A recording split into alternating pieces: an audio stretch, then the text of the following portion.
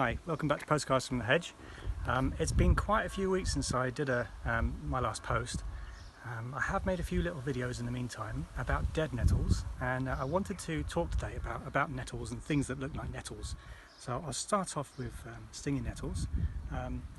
But as you can see now, June the 7th, and the hedgerows, all the delicate colourful flowers of spring have kind of been swamped out by, well, they've gone to seed, and many of them have been swamped out by these luxuriant growth of summer. And the nettles are really coming into their power now, and you can see they're in flower here. So this is the common stinging nettle, so that's Urtica dioica. Now, a lot of people don't like stinging nettles because they sting, but I think they're a wonder plant. They are incredibly nutritious, for one thing. So they are really rich in vitamin A, vitamin D, I think, vitamin C, some B vitamins. They're really good for minerals. They are good for copper, magnesium, and they're famously good for iron, and they're very, very rich in iron. So they're great as a foodstuff. So you can eat the nettle tops, and particularly the younger, more tender nettles.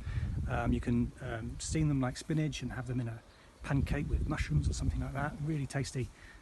People make, in the old days, they used to make nettle porridge, and so people use them in all kinds of ways. But you've got to cook them just to take the sting out of the little stingy hairs. They used to make cloth out of them. So, for instance, in the First World War, the German army, about 85% of their uniforms were made out of nettle, apparently. They used to make sailcloth out of it up in Scotland.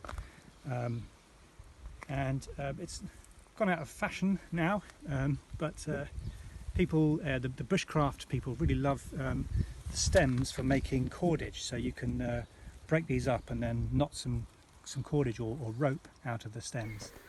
I've also heard that it's really popular with natural dye makers, because apparently it makes quite a good colour green, a slightly grey green to the cloth. Additionally, people use it for arthritis and for gout and joint pains. So it can be used as a tea or as a cream for things like that.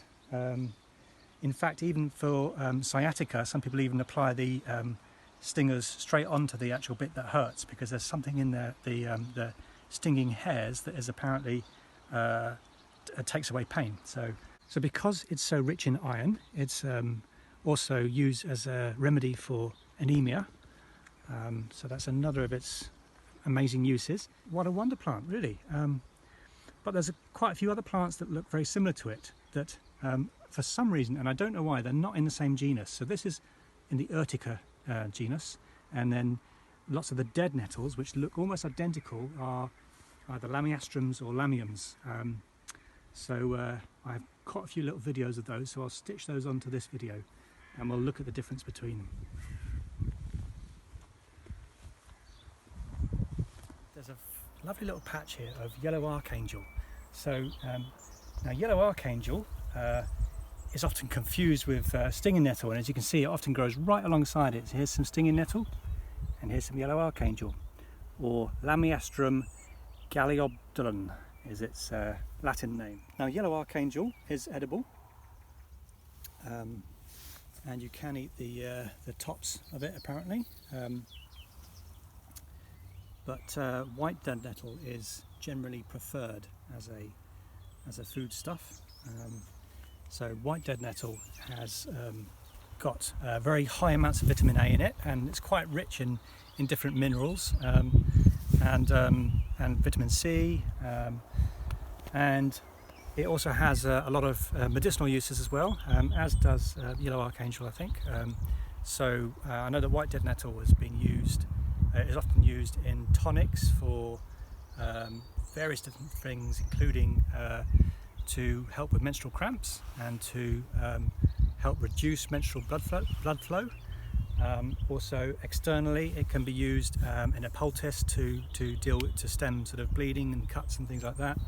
And it's antiviral and antiseptic, and it's got a lot of really interesting properties.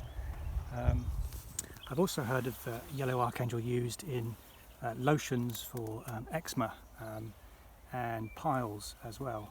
So really versatile plant. So all of the dead nettle plants are really good for wildlife, particularly the sort of long-tongued bees like red mason bee, white-tailed bumblebee, and various different moths as well. So they're great to have in a hedgerow for wildlife.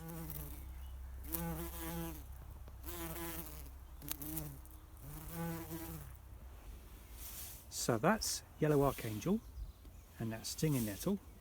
But I've talked quite a lot about white dead nettle, so let's go and see if we can find some white dead nettle as well.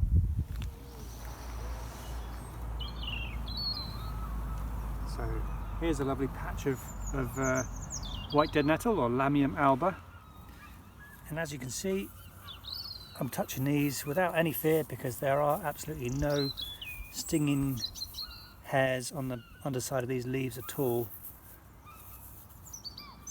hence the name dead nettle.